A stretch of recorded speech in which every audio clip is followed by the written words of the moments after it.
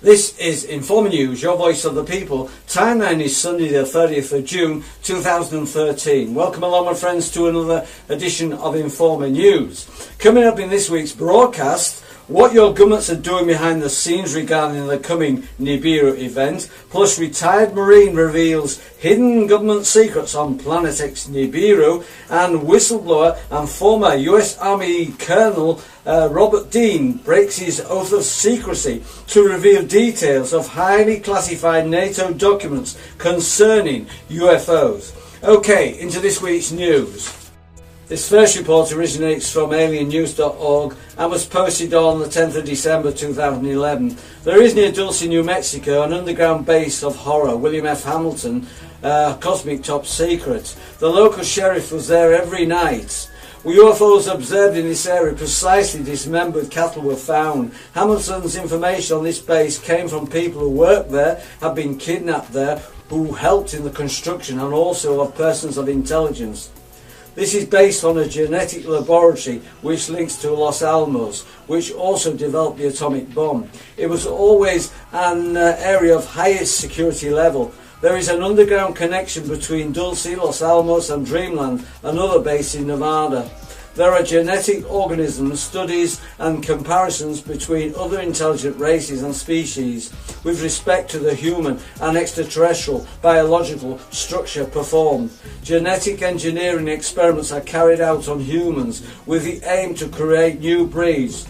All material related to the experiments with humans is Third Reich was seized by the Americans after the war. You continue working on the same line. Billions in taxpayers' money is invested in that area. This report originates from www.thinkaboutit.com and is titled Cosmic Top Secret by Richard Gall. Former US Army Colonel Robert Dean breaks his oath of secrecy to reveal details of the assessments of a highly classified NATO document concerning UFOs. For 27 years, Robert Dean served his country as a patriot and a soldier in the US Army. He led combat troops in Korea in 1951 and was in charge of intelligence operation patrols in South Vietnam in 1970.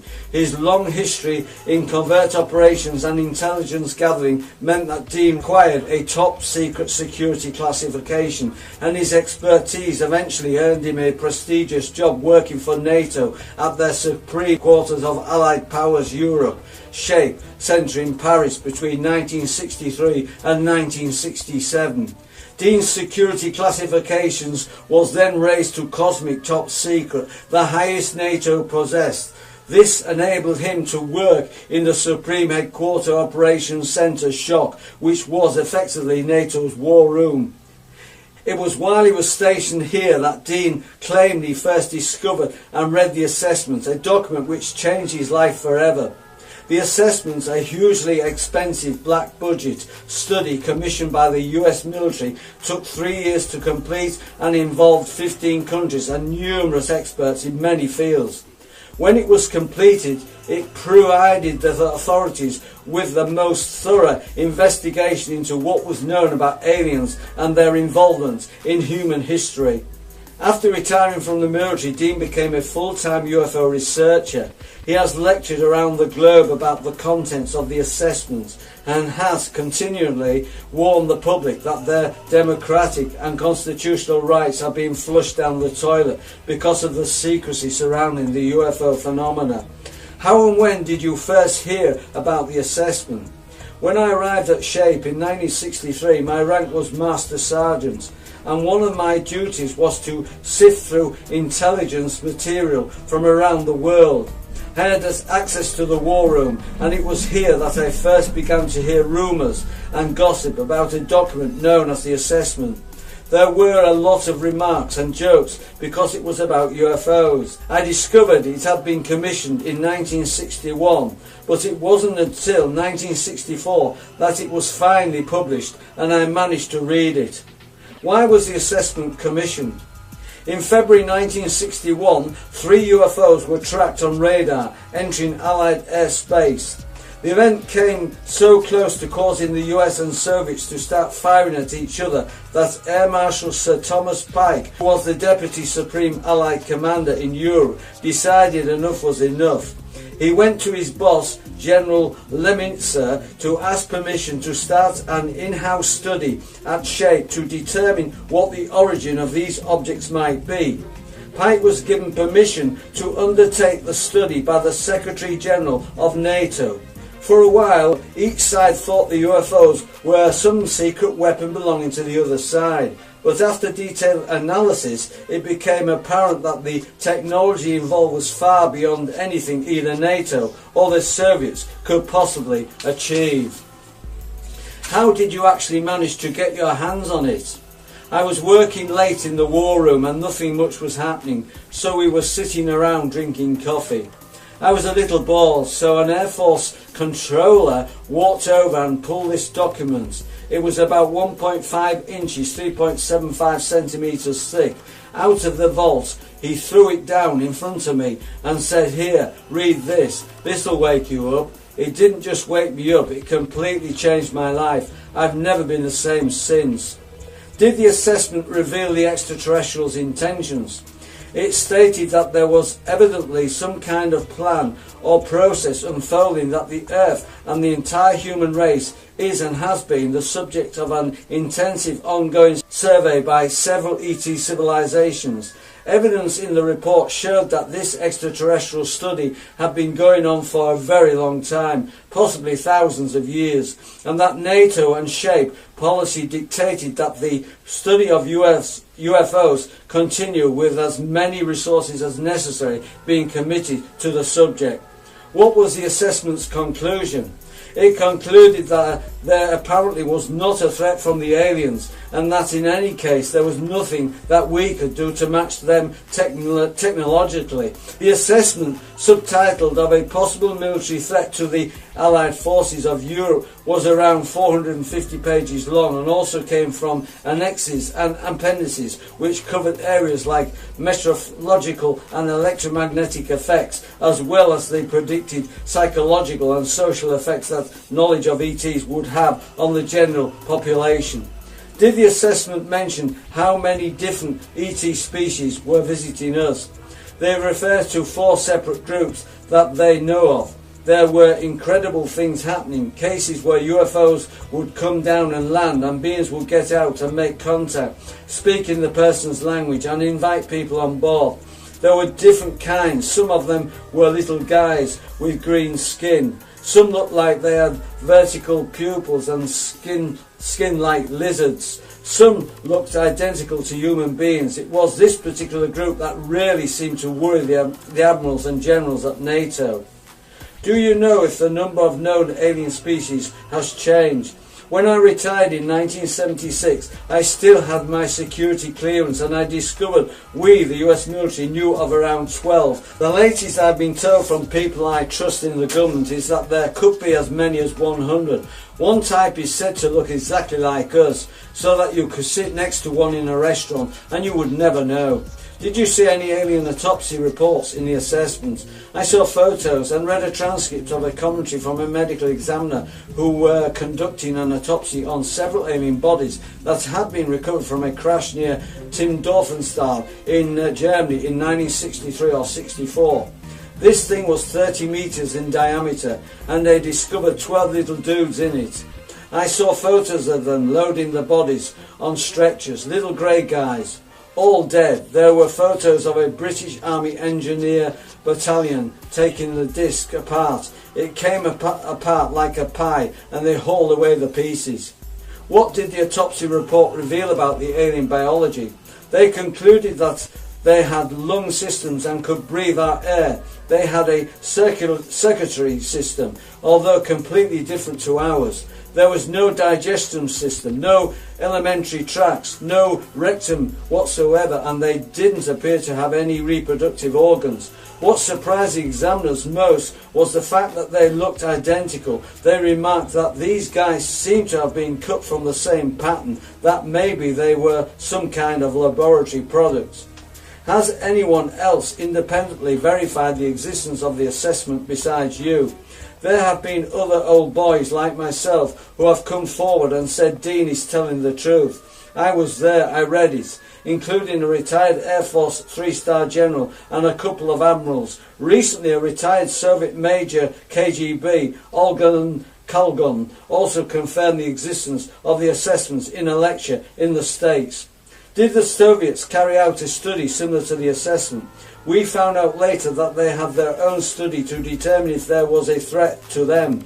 Lemitzer was responsible for setting up a direct line between himself and the commander of the Warsaw Pact. The understanding grew to be so successful that it eventually led to a direct line between the president and the Soviet premier.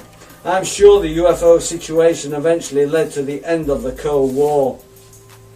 The UFO situation is the most important subject in the history of human race. The people not only have the right to know, damn it, they need to know. I am angry because I see the constitutional system being rubbished, the cover-up, the lies, the secrecy, the black budget expenditure of 50 billion a year of taxpayers' money spent by people who are completely unaccountable. This is all a total violation of the constitutional system. You've broken your security oath. Why haven't the military taken action against you? I think the only reason I've got this far is that somebody in Langley CIA headquarters and Fort Meade NSA headquarters believes that what I'm doing is of value. Otherwise they would have shut me up long ago. I have no illusions about this. I used to work with the CIA in Southeast Asia, and if they want to shut you up, they go ahead and do it. What are the chances of the assessment ever becoming accessible to the public? Oh, eventually pretty good. People ask me why. I didn't use the Freedom of Information Act to try and get it, but it doesn't even work in this country, let alone on a NATO document. It will come out if we wait long enough. What do you think the extraterrestrial agenda might be?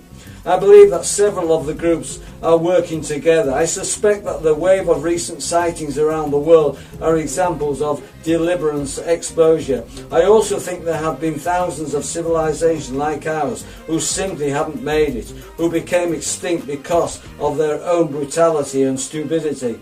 Finally, I don't rule out the possibility that human beings might have been seeded here a long time ago and that we might be related to certain extraterrestrial races. The implications of that are astounding. Note, Robert Dean's Cosmic Top Secret Security Classification is the highest NATO possessed at the time he worked at their Supreme Headquarters. Dean claims the area of UFOs was considered of the greatest importance and so sensitive that it was placed at the highest levels of classification, at or above top secret, cosmic top secret. In America, the highest classification comparable to this place is at 40 levels above the hydrogen bomb. Dean believes that the national security system in the US has become a self-created nightmare.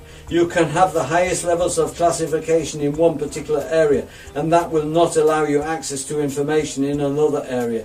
The point that he makes regarding security clearance suggests that there might be no one in possession of the full facts regarding the assessment. This next report originates from NibiruRise.com and was posted on May the 7th, 2013. Nibiru, a United States Marine, shares secret military insight about Nibiru's arrival. May the 7th, 2013. Nibiru, a retired Marine by the name of Vaughn, reveals hidden government secrets on planet Nibiru. Most people dismiss those who speak about Planet X, often because they feel they are not qualified or they are lying to the people for personal or financial gain. Vaughn has a heartfelt obligation to warn mankind of the impending doom that would follow the arrival of Planet X Nibiru. Vaughn refers to the arrival of Planet X Nibiru as the arrival of the red and blue planet. Him and many others claim that if you try, you can see Planet X Nibiru in the daytime sky.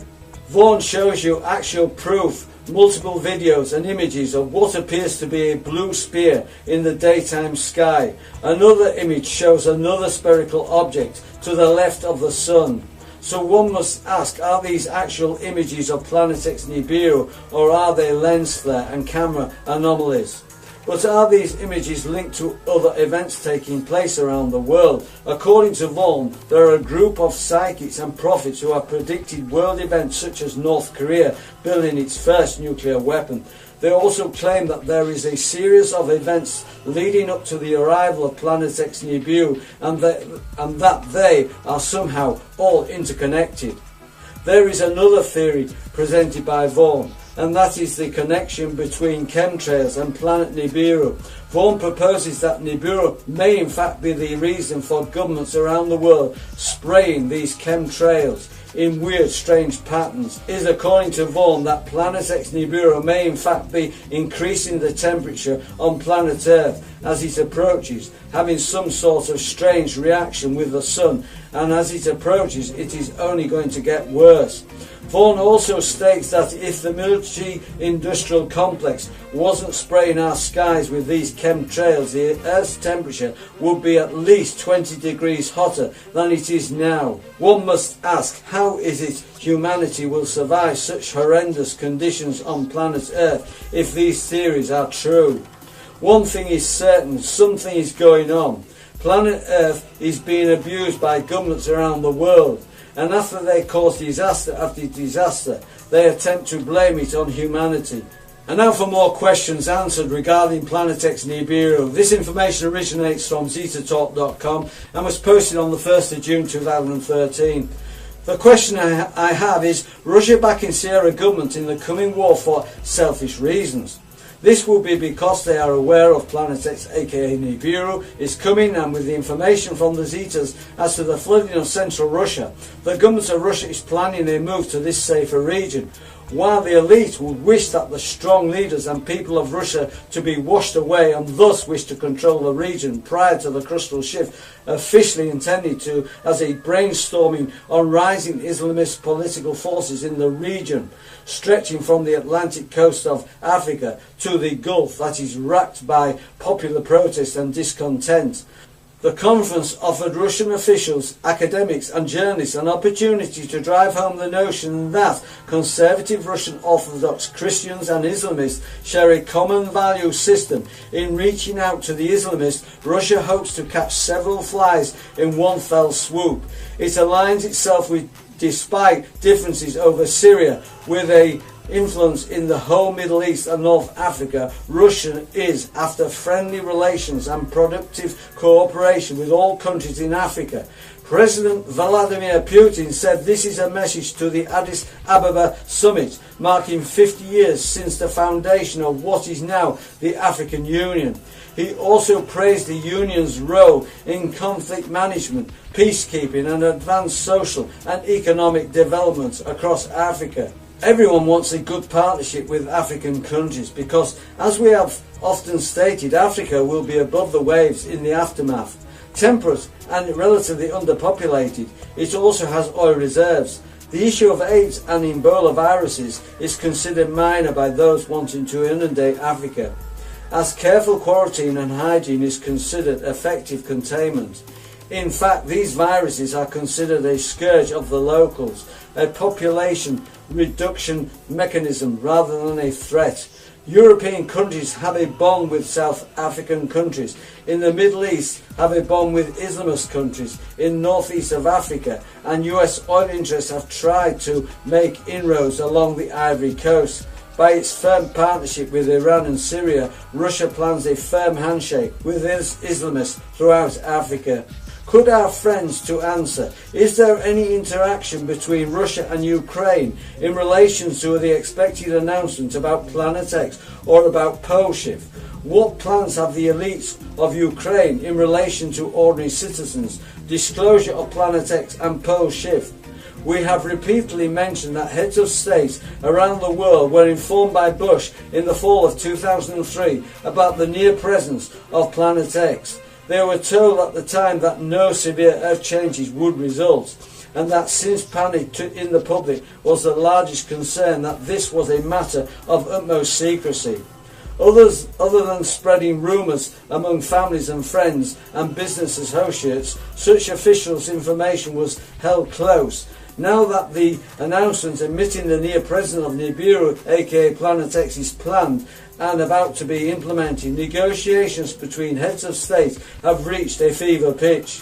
What type of issues are discussed and what are the bargaining chips? First, commonality is sought, and where two countries both have the same policy on a matter, this might be assumed for both China and Russia, who anticipate migration into their territories from flooded regions.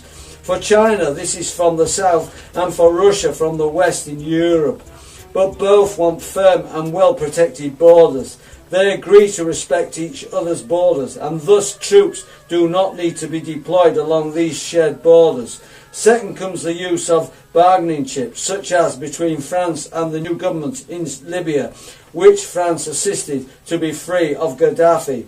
France knows much of its land will flood, and Libya is right across the Mediterranean. The Ukraine is on the edge, where some of its land will be above the waves, but all to the east in Russia will be flooded. Migration will flow in two directions. First from the flooded lands in Russia to high ground in the Ukraine, and then, as Europe is likewise afflicted with flooding, back towards Russia in the desperate search for a land route to high ground. This final report originates also from ZetaTalk.com. Looking beyond the anticipated announcement by Obama admitting the near presence of Nibiru, aka Planet X, last week Zeta talked about a new independent TV station in Russia will help generate public discussions filled with good information.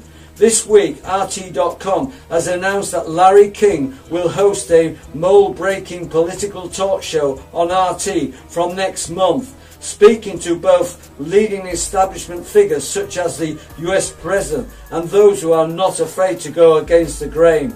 This move by RT, the Russian government-owned TV network, hiring the veteran media king, hosting a political talk show deep in the American territory. There should be no issue in drawing audiences, and he is likely to be used to ask all the hard questions and generate more discussions that matter to the American people. Would Zetas like to elaborate on the hidden agenda motives on this move by RT? And could this make any positive contribution to the pending announcements and beyond for the American people and the rest of the world, i.e. counting on the cover-up crowds? King's career has spanned 56 years and more than 50,000 interviews, but he says the show will break new ground.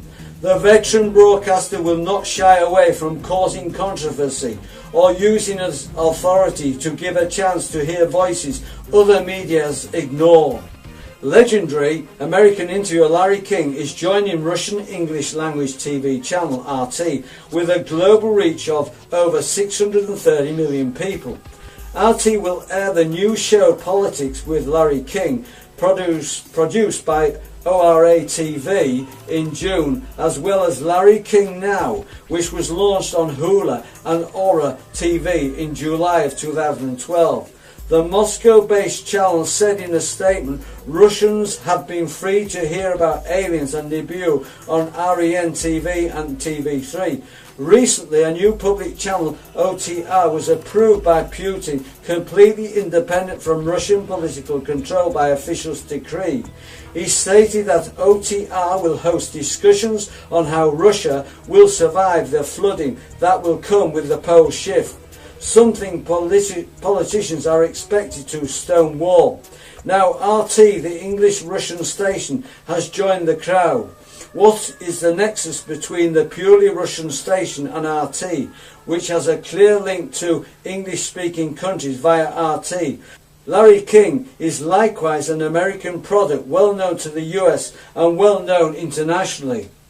The need to educate the public about the impact the coming pole shift will have is paramount in many minds, but likewise the awareness that politicians will stonewall the impact, denying that the public must leave the coastlines or can anticipate rapidly rising seas. Dramatic climate change will likewise be stonewalled, as where some countries will gain a better climate, others will not. Migration is a huge worry among politicians who fear the populace of India and Indonesia will flee by any means possible.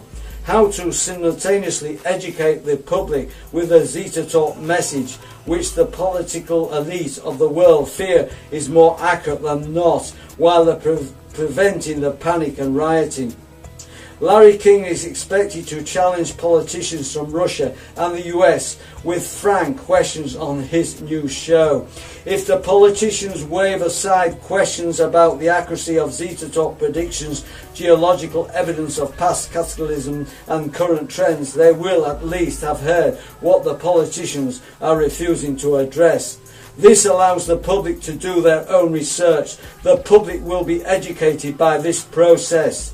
Is Larry King the last such celebrity to assume such a role on the eve of the announcements admitting the near presence of Nibiru, aka Planet X? Anticipate other such celebrities known in other cultures in similar roles soon. Okay, my friends, you're all invited to join this channel by subscribing to End Times 23, which is a totally free subscription service. You're also invited to add me as a friend on Facebook and follow me on Twitter. Both the links are under this video. All this week's news links can be found on my website, endtimes23.com. The link is under this video. Just click on the link and go to the top left-hand corner of the opening page and click on Informer News Links. You will find all this week's news links at the top of the page under this week's titled video. Well, that's your lot for this week, my friends. I do hope you enjoyed the show. I'll be back with you in a week's time with another edition of Cosmic News. So until then, this is your Informer signing off. Friends, I'll see you on the flip side.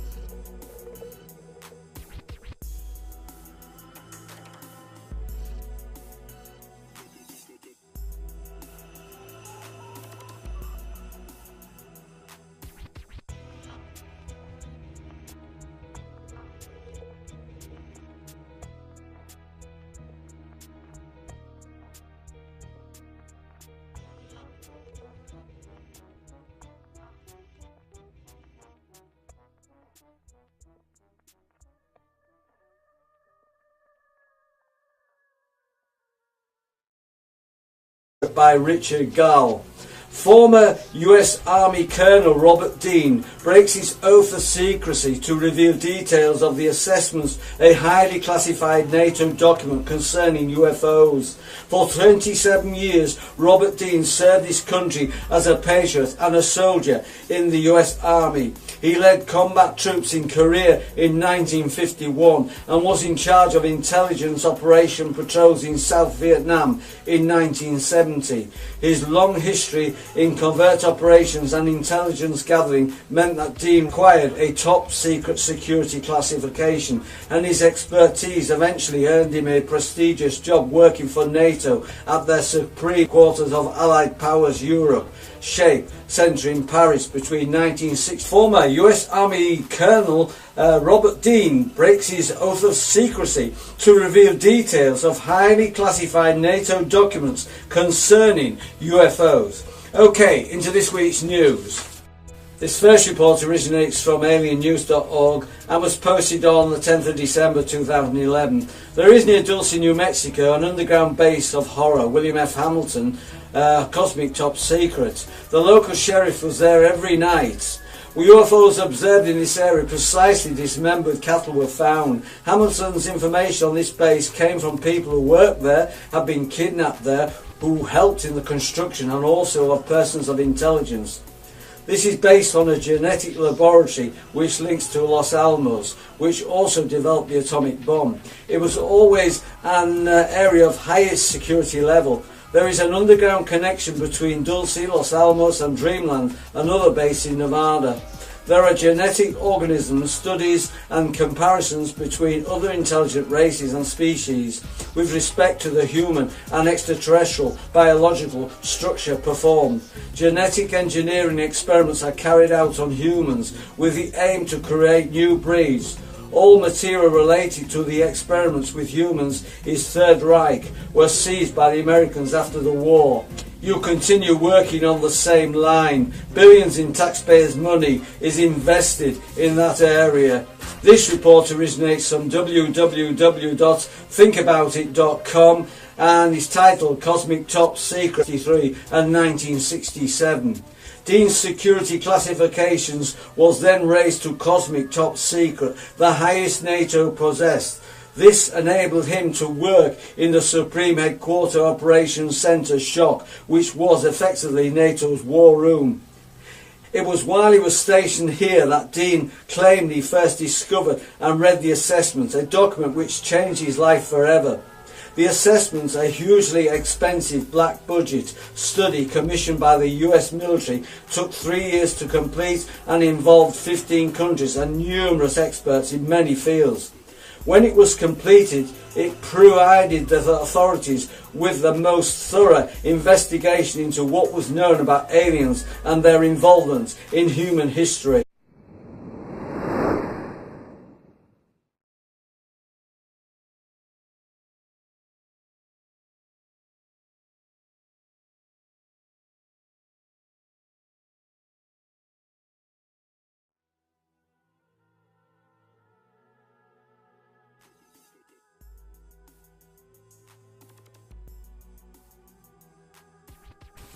This is Informer News, your voice of the people. Timeline is Sunday the 30th of June 2013. Welcome along, my friends, to another edition of Informer News. Coming up in this week's broadcast, what your governments are doing behind the scenes regarding the coming Nibiru event, plus retired Marine reveals hidden government secrets on Planet X Nibiru, and whistleblower and